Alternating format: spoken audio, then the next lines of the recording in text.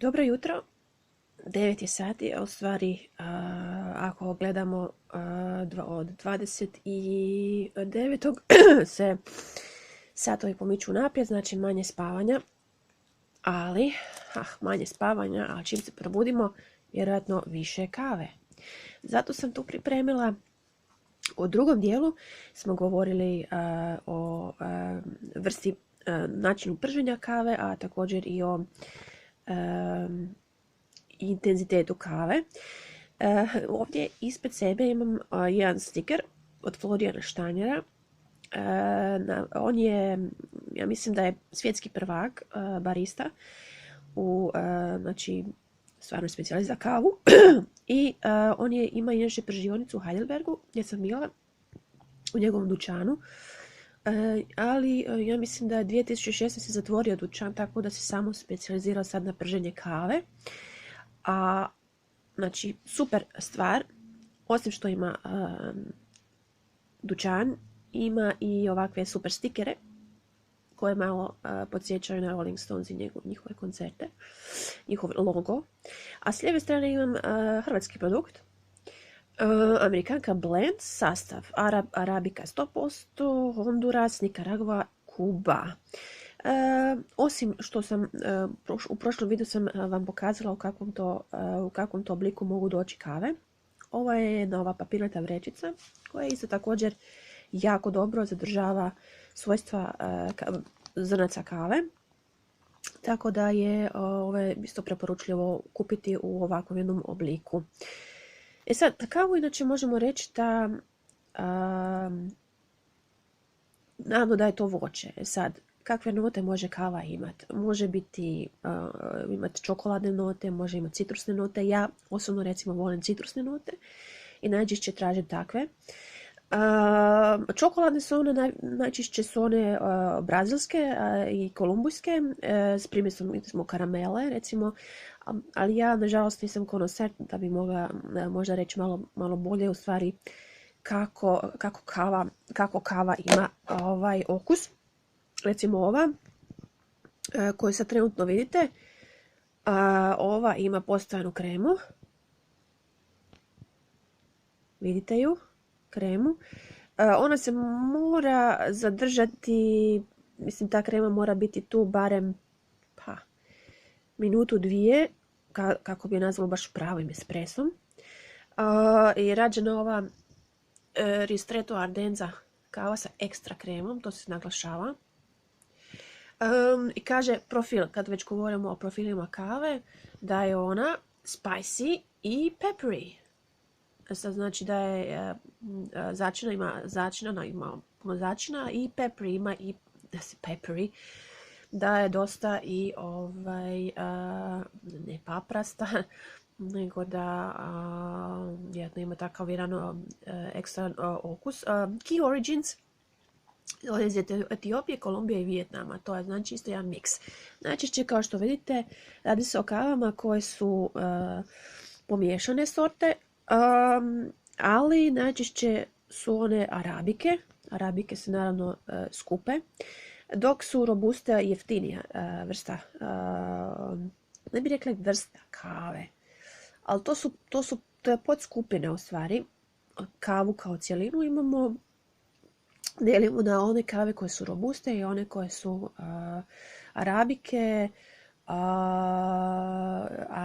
ali većinom ove sa kremom, koje imaju kremu, imaju primjesu isto, imaju i robustu, jer robusta je zaslužna za pravljenje kreme, to sam čula, znači zaslužna je za ovu kremastu strukturu. Sip. Arabika je stvarno skuplji dio. Stupanj prženja, to smo rekli, ovo je 11, ali ja najčešće pijem ono između 7 i 8 intenziteta, ono je pravi espresso i to middle roast, srednje prženo. Također imam recimo ovu knjigu koja je jako zgodna knjiga, Otkrite sve o kavi, sad točno iz 2005. čak, koliko vidim iz 2005. Otkrite sve o kavi, to mi je došlo znači u sklopu Meridijana. kao što vidite. A za kavu se može reći da je inače došla negdje oko 17. stoljeća, naravno iz srednje Azije. Za domovinu kave se diskutira gdje je domovina, ili je to Etiopija, Afrika ili je to ipak Middle East.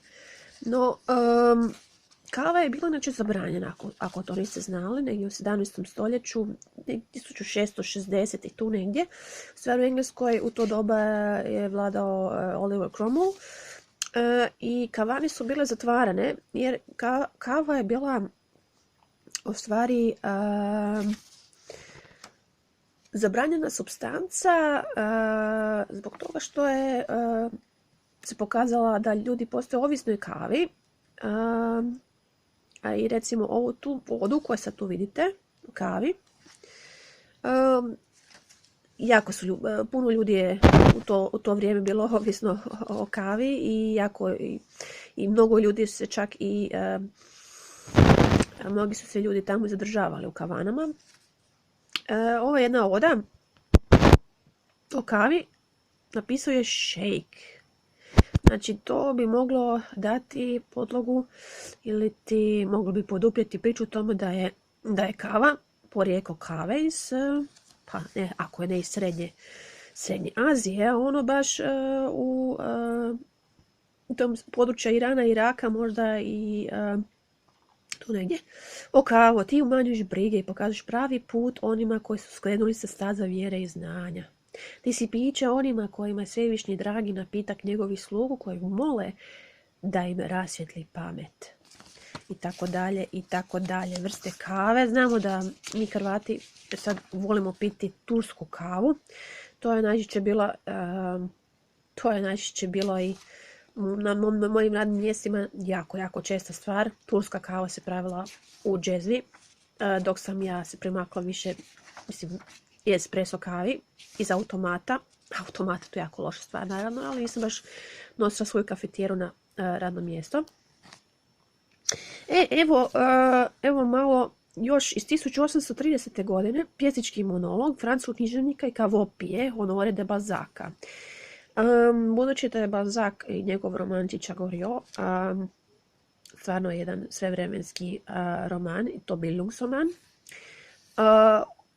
Znači, tu imamo također osobu koja je ovisnik o kavi. Da nije bilo kave, Honoré ne bi mogao napisati toliko djela koliko je napisao. U stvari on bio i radoholik, a sve zahvaljujući kavi. Kaže, kava klizi niz grlo, ideje nasrču kao bojne velike vojske na bojištu. Laka konjica razvija se u jurišni galop. I tako dalje, i tako dalje.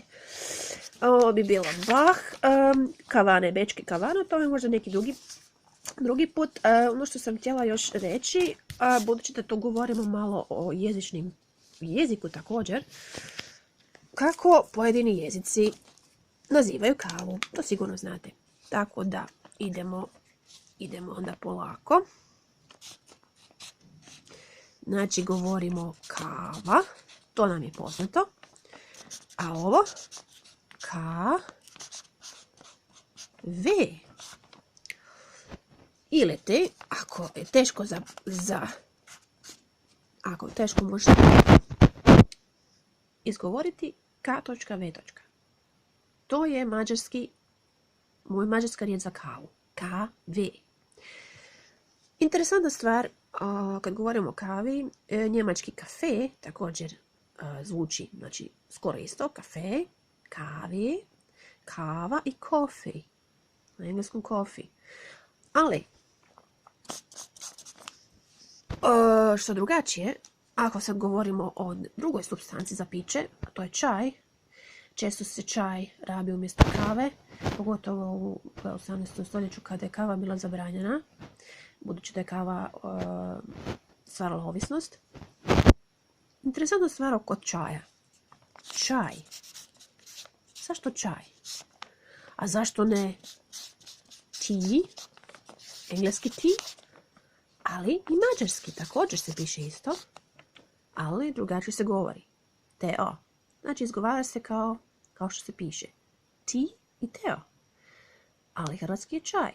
A njemački također je te, ali pazimo, njemački inače se piše velikim slovima. Sve